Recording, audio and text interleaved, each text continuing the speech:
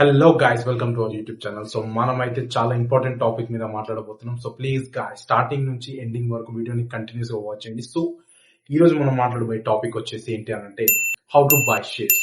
So shares ని ఎట్లా కొనాలి, ఎట్లా అమ్మాలి. సో చాలా వరకు అయితే మాత్రం షేర్స్ కొనడానికి, అమ్మడానికి కొన్ని ప్లాట్ఫామ్స్ అయితే ఎత్తుకుతారు. సో అది ఎక్కిన తర్వాత కొందరు టిప్స్ ఇస్తే ఆ టిప్స్ ని తీసుకొని ఆ టిప్స్ ప్రకారంగా షేర్స్ కొనడం అయితే చాలా వరకు అయితే నేను అబ్జర్వ్ చేసిన.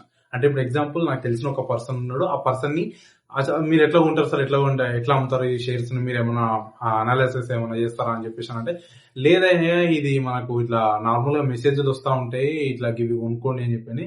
చాలా వరకు అట్లా వాటిల నుంచే కొన్నా నేను.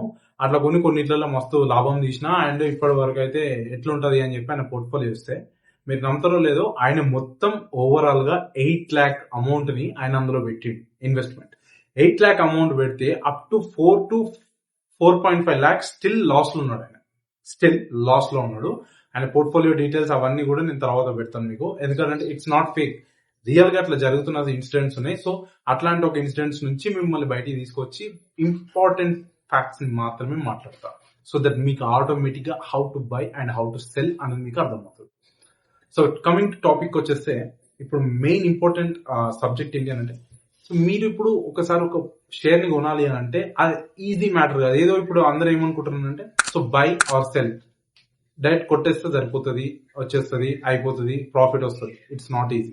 సో ఫస్ట్ ఆఫ్ ఆల్ మీరు ఒక స్టాక్ ని అర్థం చేసుకోవాలంటే, దాని ప్రీవియస్ ఒక 5 years నుంచి అసలు దాని పోర్ట్ఫోలియో ఎట్లుంది, దాని బ్యాలెన్స్ షీట్స్ ఎట్లున్నాయి, పీ రేషియోస్ ఎట్లున్నాయి, పిఎన్ఎల్ డీటెయిల్స్ ఎట్లున్నాయి. సో అవన్నిటిని కన్సిడరేషన్స్ అవన్నీ చెక్ చేసిన తర్వాత, డివిడెండ్ రేట్స్ అవన్నీ చెక్ చేసిన తర్వాత ఒక ఫైనల్ వ్యూకి రావాలి.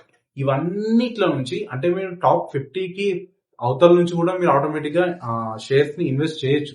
కాకపోతే టాప్ 50 అవతలకి మీరు వేయరంటే, నిఫ్టీ 50 అవతలకి వేయరు అని అంటే, అట్లాంటి వాటిల్లో మీరు కంపెనీస్ లో ఇన్వెస్ట్ మీరు చేయాలి అని అంటే, ఫస్ట్ ఆఫ్ ఆల్ ఆ కంపెనీ గురించి మీకు పక్కా ఏదో ఒకటి తెలిసి ఉండాలి.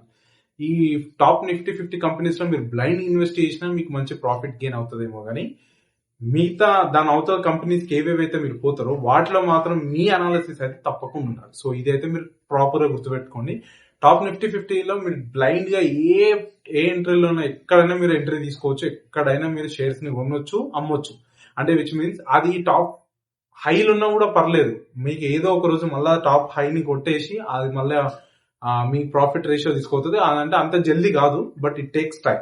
సో మీకు ఇక్కడ ఒకటి అర్థం కావాల్సింది ఏంటి అని అంటే, so how to buy and share selling shares ఎట్లా అని అంటే, మీరు ఎప్పుడైనా కానీ ఫండమెంటల్, టెక్నికల్ ఇవన్నీ అనాలిసిస్ ని మీరు ప్రాపర్ గా చేసుకొని బై అండ్ సెల్ అనేది మీరు ప్రాపర్ గా ఎగ్జిక్యూషన్స్ చేసుకోండి. సో అట్లా మీకు ఏమైతుందంటే, లాంగ్ టర్మ్ కి మీరు పెట్టుకుంటే మీకు ప్రాఫిట్ రేషియో అనేది బాగుంటుంది.